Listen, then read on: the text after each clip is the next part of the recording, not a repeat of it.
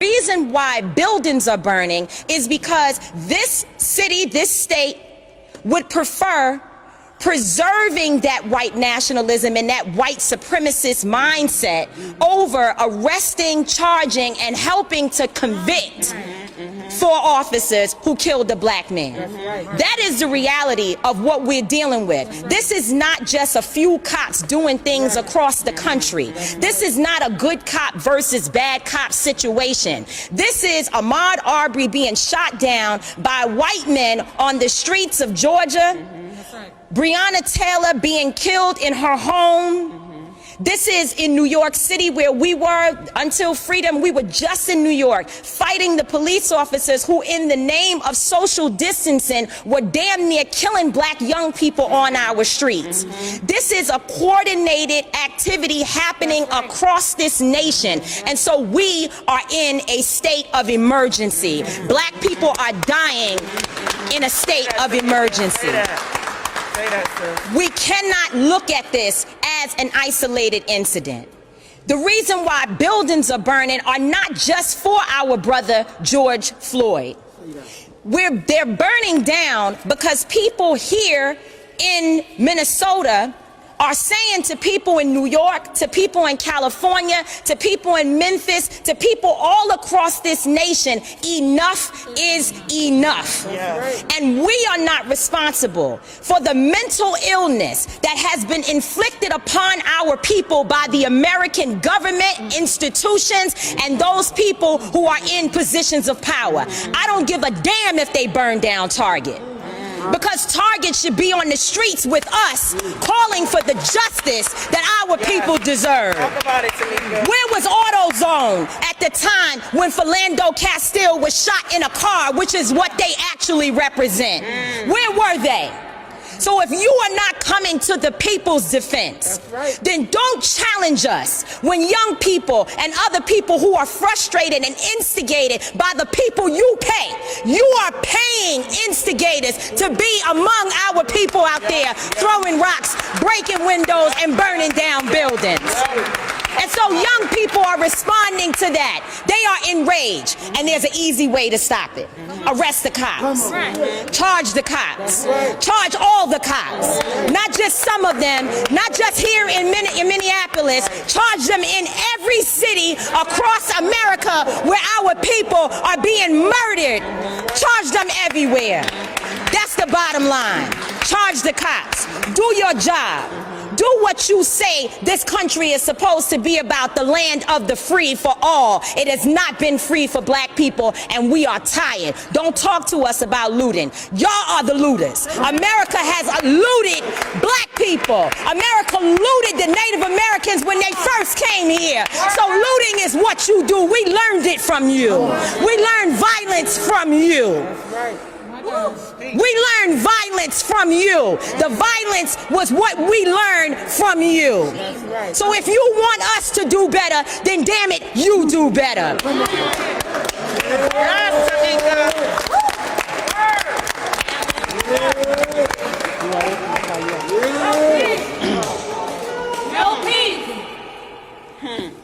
Come on. We gotta let that settle. Yes. Ooh, thank you. Power. So we're going to bring up our next speaker, who, as Adair said, traveled here from Texas. We can't imagine what you've been going through. Losing your best friend, George Floyd, to something like this, where the nation saw him plead for his life and have to take his last breath. Nobody should have to die like that. Nobody. So next up, we have Stephen Jackson, a former NBA player, best friend of George Floyd, standing here in solidarity. Please welcome him.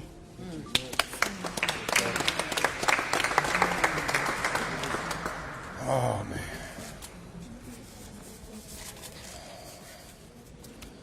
Who said common sense was common? Talk about it.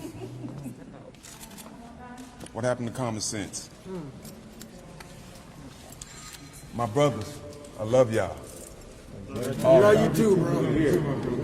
My queens, I love y'all. We love you, brother. I'm not scared. Say that. That's right. Say that. I'm not scared. I'm hurt. I'm angry. But I ain't scared. I ain't scared at all. That's right. To my white brothers, I love you. Every race here, I love you. Come on. But it comes to a point now where if you love me and you not standing on the side of me, then your love don't mean shit. Say that. Say that. Say that. Yes. I'm at the point now where I'm tired of being a bigger person. That's right. I'm tired of walking around and seeing white kids and feeling like me being having a big heart and just giving love to every race and we not getting it in return. We entertain and we doing everything for everybody else, but we the ones get shitted on. Come on, brother. Yeah. I'm here because they're not going to demean the character of George Floyd, That's right. my twin. A lot of times when police do things that they know that's wrong, the first thing they try to do is cover it up and bring up your background to make it seem like the bullshit that they did was worthy. Right. When was murder ever worthy? Never. But if it's a black man, it's approved.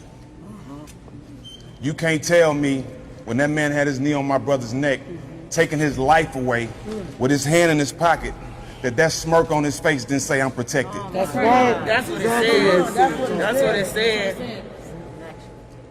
You can't tell me that he didn't feel that it was his duty to murder my brother and that he was fine with it, that he knew he was going to get away with it. You can't tell me that wasn't a look in his face. We've seen this so many times, and we see it right in our face and we don't get no justice. That's right. What happened to common sense? That's right. What happened to just opening your eyes? Your eyes don't work now? Videos, what is videos for? Videos don't work now, they don't mean nothing? Only when you black. Say that. My brother was someone who died trying to be a protector and a provider for everybody. But one thing a lot of y'all don't know, that's damn near every black man. That's right. Talk about it. Because where we come from, we have to learn how to protect and provide. How not?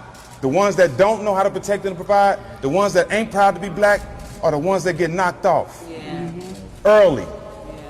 You have to be strong where we come from in order to survive, in order to be successful. It's 10 times harder. And I tell people all the time, the difference between me and my brother Floyd is I had opportunity. So many of my brothers are so talented and sitting in the ghettos and the hoods right now because they don't have opportunity. That's right. Big facts. And y'all wonder why we angry. We're not just dying. It hasn't been fair to us. That's right. So at this point, y'all murdering my brother. Now I see y'all punching my women. We don't have a choice but to stop asking and not really demanding. It's time to start taking. It's time to start taking. And my voice is screaming farther than people know. Because I come from the dirt. I come from the mud. You dig what I'm saying? And the people behind me, they come from it too. And we here standing together. I need everybody to stand with us. If you're not with us, you're against us. And it's no more pacifying, no more straddling the fence. Either you got to play this our side or you're on the other side. There's no straddling the fence. And I'm talking to everybody, black, white, blue, green. Come on. Come on. It's all right, Stack. It's all right. We need to see some charges. It's okay. Imagine this.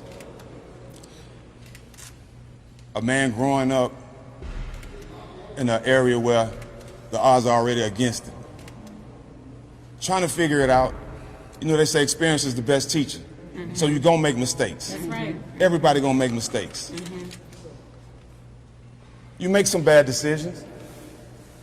It happens. We all make bad decisions, right? We make bad decisions. Even being successful, I've made bad decisions, right? Very true. You get to a point where you make a bad decision and you end up suffering for it, going through time. Sit down, okay? You got to go do that. They say you got to rehabilitate yourself. You rehabilitate yourself. You have relationships with people where you're able to get away and try to better your life. That's right. Right? Because you've been in the system. All they tell you, the only way you can get out is if you rehabilitate yourself. That's right. And when you rehabilitate yourself, you get out and you still treated like a criminal. Right? So stay with me now. Picture that. You get an opportunity to move away from the environment that brought you down. You get away, you be successful, you get a job, your life starts turning in the right direction. You stumble a little bit again. It's not worth your life though. Right. That's it. You stumble a little bit again, and you end up on the ground with a knee in your neck, screaming your mama's name, screaming your kid's name, Lord have mercy. going to the bathroom on yourself. Tell the story. Imagine if he was white. Wouldn't have happened. Ponder that for a minute. Right. Imagine if he was white.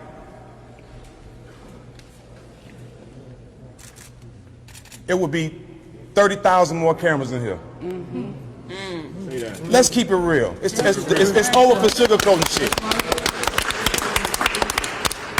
Every news station would be here. That's right. Fuck it, the president might be here. The way he ride. With the very fine people. Listen. Right.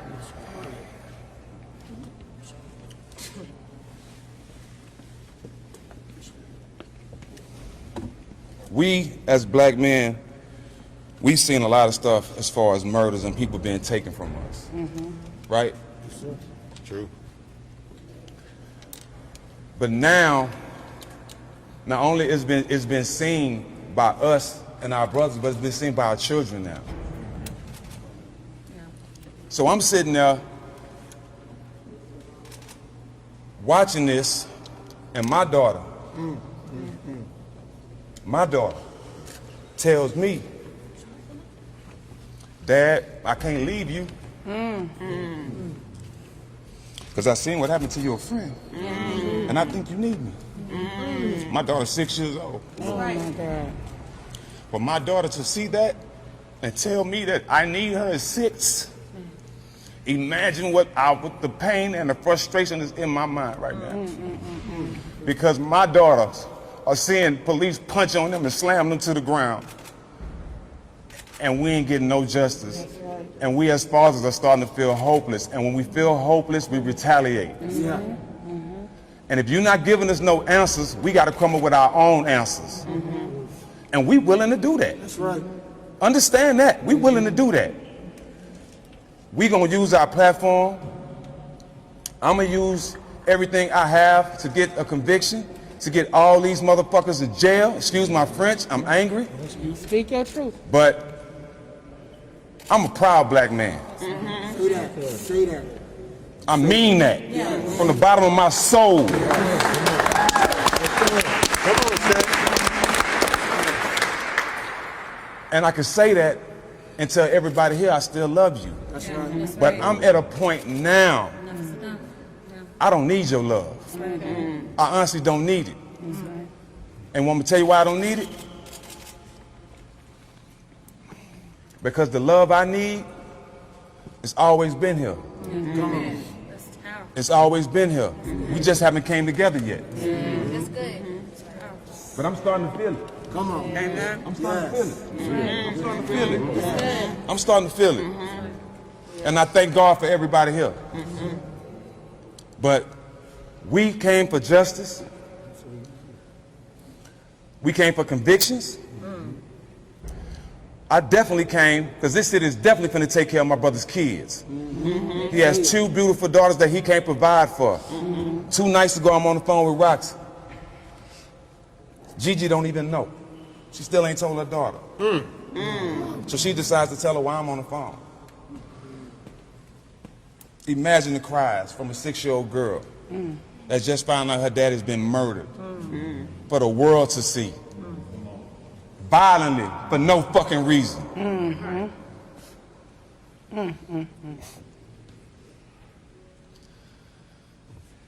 19 citations. A black man get 3 tickets, his license taken away. But you can have 19 citations as a cop and still have a job. Three murders under your belt. 3 murders. You got 3 bodies. How many open cases he got to this day? But this world has common sense. Common sense ain't common. Common sense ain't common.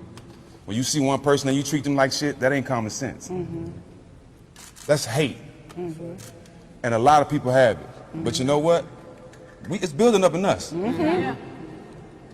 We can't love forever. Right. We can't love forever. And the hate is coming out. And I'm afraid. I'm honestly afraid.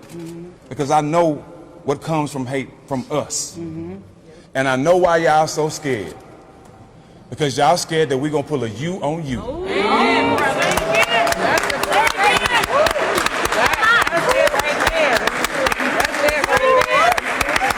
I know why y'all scared. Y'all been doing us wrong for so long, y'all think karma's finna hit you right back. Chickens came home to roost. But we're gonna do this shit right. That's right. And it ain't gonna stop.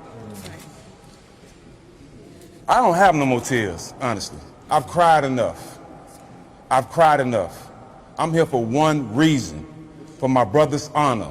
He was murdered in broad daylight for the world to see, and nobody's in jail. Nobody's in jail. So where we go from here? Where we go from here? To the front line. We going to the front line. That's right. And anything you see, so be it. So be it. So be it. I want you to see it, because this is real pain. How can you tell people to stop doing what they're doing when all you have to do is have common sense? That's right. Common sense ain't common. Common sense is not common. I'll walk right here and slap this man behind his camera. Common sense will say, we all saw him slap him. Am I right? Everybody here gonna say we saw him slap him. Facts. Everybody saw it. Big facts. So everybody didn't see this man kill my brother? Right. Common sense ain't common. It's a new day, man. Brother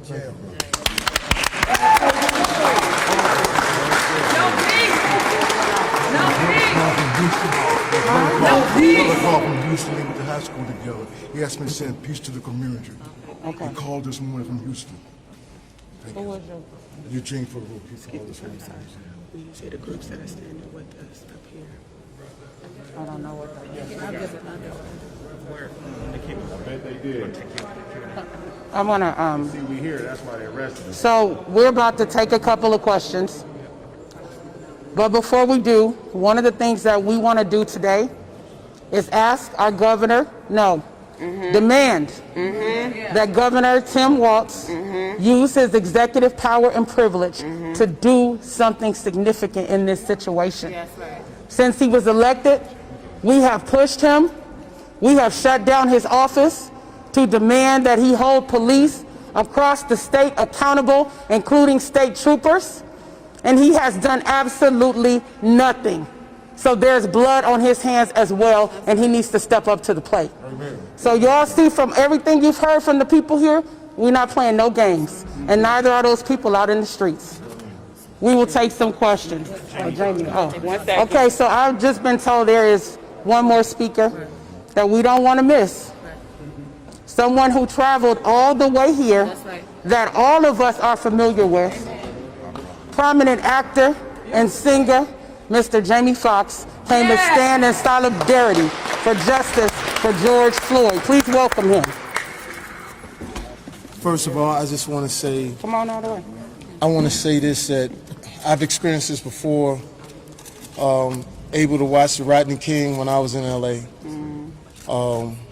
able to talk to Sabrina Trayvon Martin's mom, who I talk to still if you guys get a chance, please find Circle of Mothers where there's 100, 200 cases like this that don't get the visibility and don't get the cameras, and they're strong women. Sabrina right now, Trayvon's mom, who's running for commissioner to try to do something different.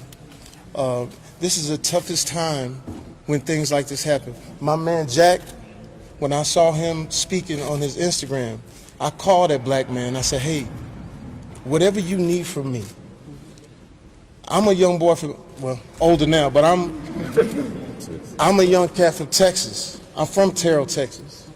He from Texas. George Houston Yates, we used to hear about how great their football team was. So we have a connection. So all I wanted to do is let you know that we're not afraid to stand. We're not afraid to stand. We're not afraid of the moment. And I think what you saw on television, to watch this man plead for his mother. As I sit with my two daughters, my nephews who had just come from the grocery store where there was a little thing, and I said, hey, you got to stop that. So what it does is it overcomplicates everything as a black man trying to tell his son or his daughter how to function in life. Even the things that we've taught them don't seem to work. And then there's this thing of contempt of cop, where it is something simple, and how does it escalate to something like what we have today? All we're trying to do is ask questions of why.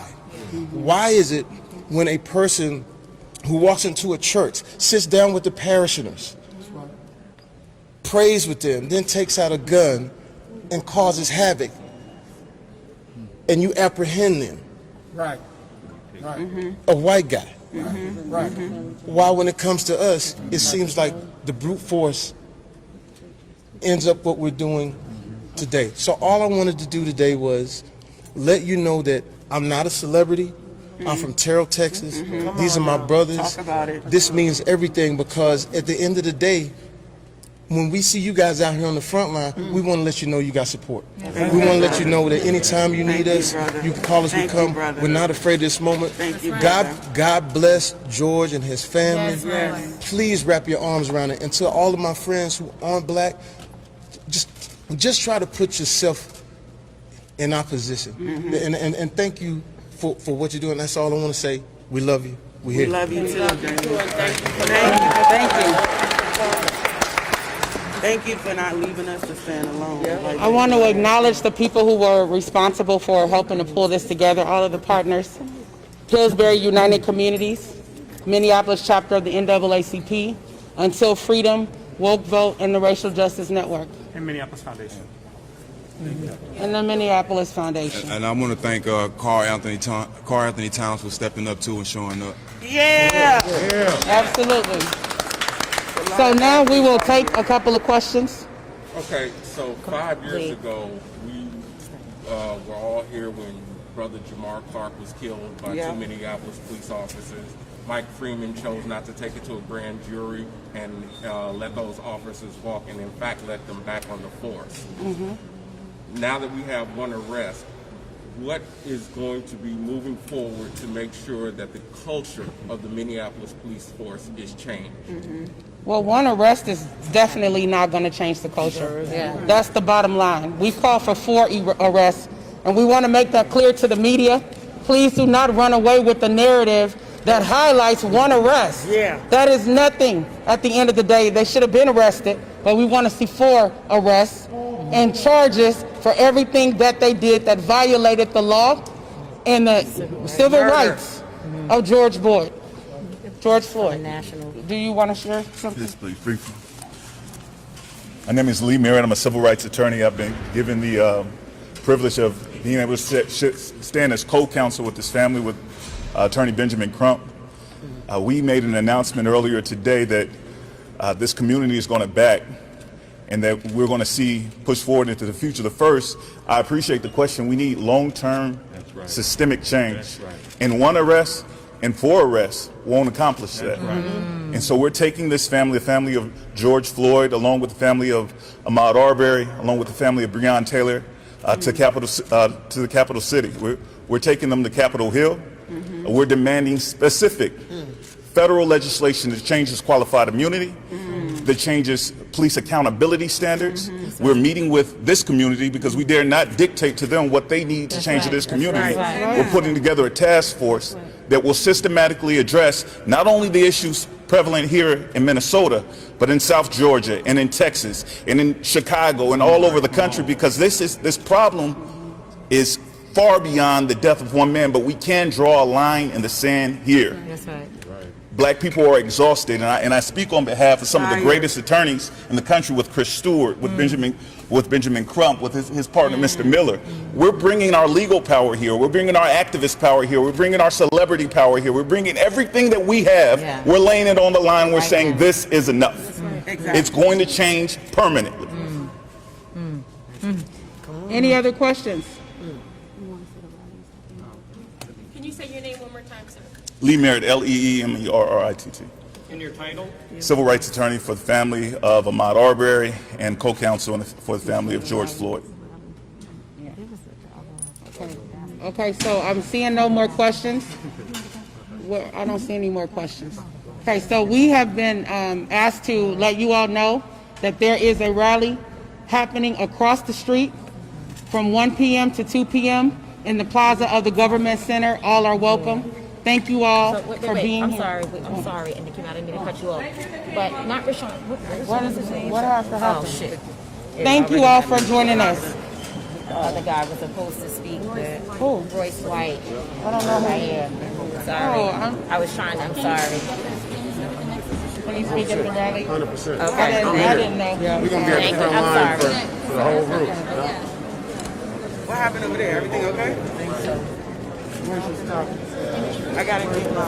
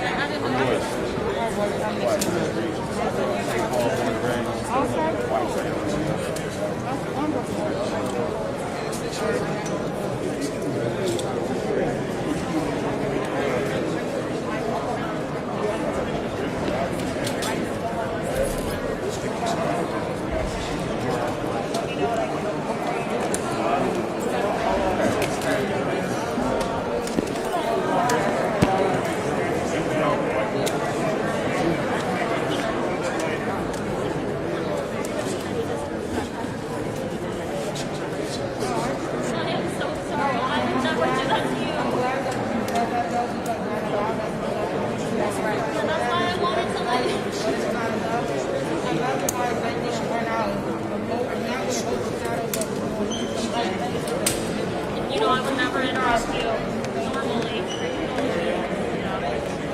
Thanks for arranging this. And me, I just need to change my batteries there. Oh, I'm no, sorry I to saw what interrupt, you were so doing. I apologize. My producers, I have a program the MTN and Northwest Cape. Sometimes everything's cut out. One phone is. I know my wife. Follow the cable. Their names sound